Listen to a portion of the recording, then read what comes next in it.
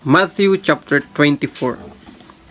Signs of the end of the age.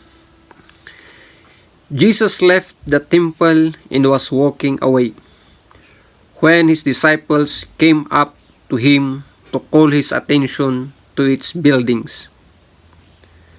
"Do you see all these things?" he asked. "I tell you the truth. Not one stone here will be left on another. Everyone will be thrown down." As Jesus was sitting on the Mount of Olives, the disciples came to him privately. "Tell us," they said, "when will this happen? And what will be the sign of your coming and of the end of the age?"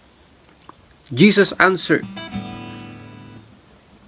"Watch out that no one deceives you, for many will come in my name, claiming I am the Christ, and I will deceive many. You will hear of wars and rumors of wars, but see to it that you are not alarmed. Such things must happen, but the end is still to come. Nation will rise against nation, and kingdom against kingdom. There will be famines and earthquakes in various places. All these are the beginnings of birth pains. Then you will be handed over to be persecuted and put to death, and you will be hated by all nations because of me. At that time, many will turn away from the faith and will betray and hate each other. And many false prophets will appear and deceive many people. Because of the increase of wickedness, the love of most will grow cold. But he who stands firm to the end will be saved.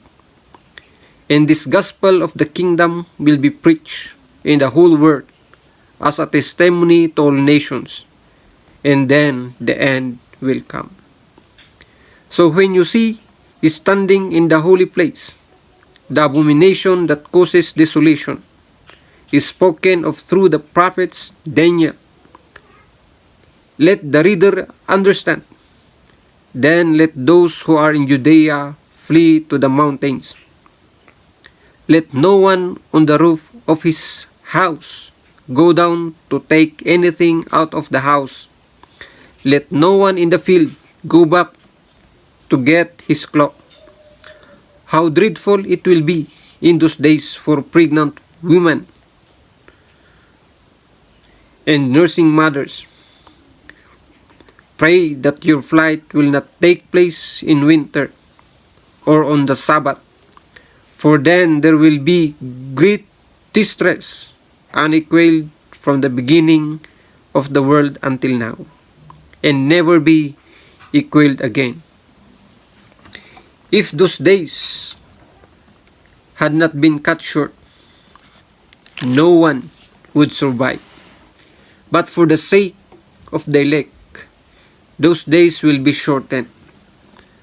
At that time, if anyone says to you, 'Look, here is the Christ,' or 'There he is,' do not believe it. For false Christs and false prophets will appear and perform great signs and miracles to deceive even the elect. If that were possible, see, I have told you ahead of time. So, if anyone tells you, 'There he is out in the desert,' do not go out, or 'Here he is in the inner rooms,' do not believe it. For as a lightning that comes from the east is visible even in the west, so will be the coming of the Son of Man. Wherever there is a carcass, there the vultures will gather. Immediately after the distress of those days, the sun will be darkened, the moon will not give its light, the stars will fall from the sky, and the heavenly bodies will be shaken. At that time, the sign of the Son of Man will appear in the sky, and all the nations of the earth will mourn. They will see the Son of Man coming on the clouds of the sky with power and great glory.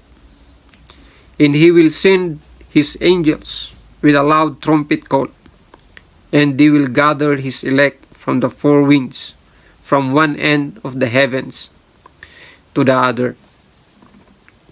Now, learn that this lesson from the fig tree. As soon as its twigs get tender and its leaves come out, you know that summer is near. Even so, when you see all these things, you know that it is near, right at the door. I tell you the truth, this generation will certainly not pass away until all these things have happened. Heaven and earth will pass away, but my words will never pass away. No one knows about the day, that day or hour, not even the angels in heaven, nor the Son, but only the Father. As it was in the days of Noah, so it will be at the coming of the Son of Man. For in the days before the flood, people were eating and drinking, marrying and giving in marriage, up to the day Noah entered the ark. And they knew nothing about what would happen until the flood came and took them all away. That is how it will be at the coming of the Son of Man. Two men will be in the field. One will be taken and the other left. Two women will be grinding with a hand mill. One will be taken and the other left. Therefore, keep watch, because you do not know on what day your Lord will come. But understand this, if the owner of the house had known at what time of night the thief was coming, he would have kept watch and would not have let his house be broken into. So you also must be ready, because the Son of Man will come at an hour when you do not expect him. Who then is the faithful and wise servant, whom the master has put in charge of the servant in his household to give them their food at the proper time? It will be good for that servant whose master finds him doing so when he returns. I tell you the truth, he will put him in charge of all his possessions. But suppose the servant is wicked and says to himself, my master is staying away a long time, and he then begins to beat his fellow servants and to eat and drink with drunkards. The master of that servant will come on a day when he does not expect him, and at an hour he is not aware of. He will cut him to pieces and assign him a place with the hypocrites, where there will be weeping and gnashing of teeth.